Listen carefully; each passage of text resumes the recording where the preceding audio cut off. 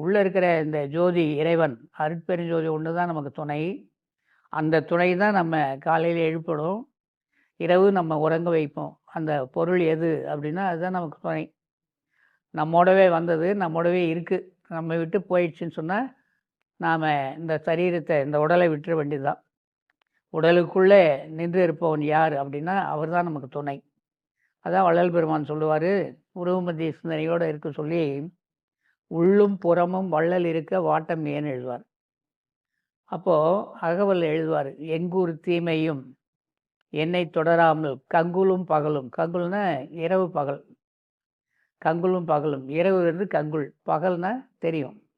கங்குலும் பகலும் மெய் காவல் செய் துணையே.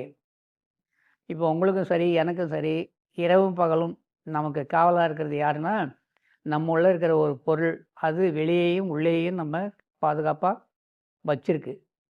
நாம் என்ன நினைக்கிறோம், நமக்கு மீதி எல்லாமே பாதுகாப்புன்னு நினைக்கிறேன். இல்லை, அது ஒன்று தான் நமக்கு பாதுகாப்பு.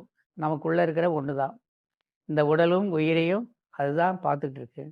அதுதான் இந்த உடம்பை ஆண்டு கொண்டிருக்கிறது. அதனால் தெளிவாக சொல்கிறார் அவர். அது எங்கூர் தீமையும் என்னை தொடரா வகை இரவும் பகலும் மெய் காவல் செய் துணையே.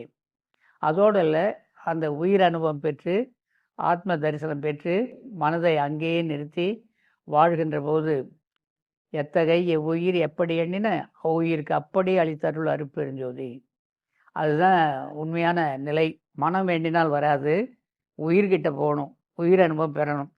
உடல் அனுபவம் பெற்று மனதினுடைய அனுபவம் பெற்று புத்தியை கடந்து சித்தத்தை கடந்து அகங்காரத்தை அழித்து நான் யார் அப்படின்ற அந்த அறிவு வந்து தன்னை அறிந்த அறிவு தான் தகும் அறிவு. அப்போ இந்த மலம் ஐந்தும் நாம் வெல்ல முடியும். மெய்வாய் கண் செவி மூக்குன்ற அந்த பந்தங்களை அறுத்து கொள்ள முடியும். அதுக்காக தான் இந்திரிய ஒழுக்கம் பெருமானார் எழுதினார். துணை எழுந்து நின்றது என்ன, துணை எழுந்து நான் நின்னதுக்கு காரணம் என்ன அப்படின்னு கேட்குறார்.